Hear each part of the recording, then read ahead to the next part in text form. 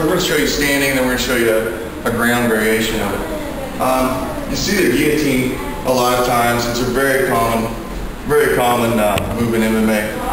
You're going to get in here, bring in, once again, this knife edge, thumb up, grab the forearm, crank him out. Preferably on a big tall guy like this, I might even lock the leg out. And we may go down at this point. But what I found is a lot of guys can take this, and a lot of guys know how to escape this. So we want to go back to attacking that gag reflex. So he doesn't have time to attack, he just instinctively taps. He doesn't get to think, he just taps. So the one we're going to do is called what we call the Crankatine, because it's a little mix between a guillotine and a face crank. Now, we just showed you the guillotine. Here, under the neck, thumb up, grab the wrist, and arch him out. You've got to keep his head down. If you let his head come out into here, it's not going to work. You got to stay close and keep his head folded up under him to tap him. So that's the guillotine. We'll see the face crank. What happens if he tucks his chin in? You got to get this guy to tuck his chin in so you can't choke him. He knows what he's susceptible to here. So we bring this across his face, drag it across, hand palm on the shoulder. Again, figure four. Basic figure four. Here on the chin, he's tucked his chin, so I just take the chin and all, the whole face here. It feels like it's about to pop your head off. We're going to combine these two moves now. I get him here on the chin, and I get this guy that he's not tapping. I don't want to mess around and even really go for this. So I create a little space, and how can you create space? By body movement, moving away from him a little bit, moving away to create the space to put your hand here.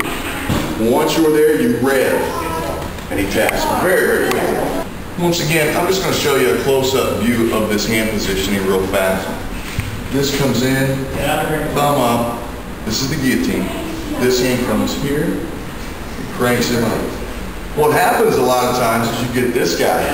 You end up under the arm. Now this isn't near as effective. So here's where your Crankatine comes in. That's when you just make your space and go to this one and attack. Very, very quickly. Okay, so we're going to look this position from guard.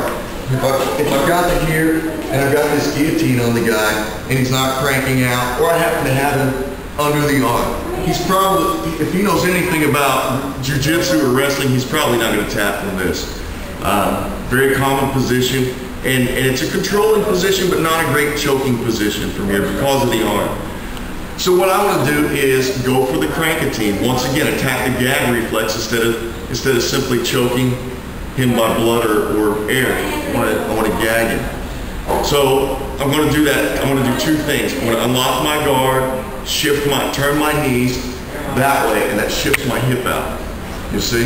So I unlock the guard, turn the knees, that shifts the hip out. Lets me creates a little bit of space. So I get the hips out, this makes space here. You see? You can come down here, slider guard, push the hips out. You can just simply come to here and push your way a little bit. Different ways you can do this, and that's up to you. But I like the point is that you're going to create this space right to here. Very little pressure to make your guy tap the fist. Revving motion, once again, very important. Just like you're revving a motorcycle, but you're going backwards of what you rev a motorcycle. So this hand is going to go this way. This hand goes this way. Here, here, here. Now I'm going to rev. Notice he's fine now until I start revving. Very little energy on my part to make that happen.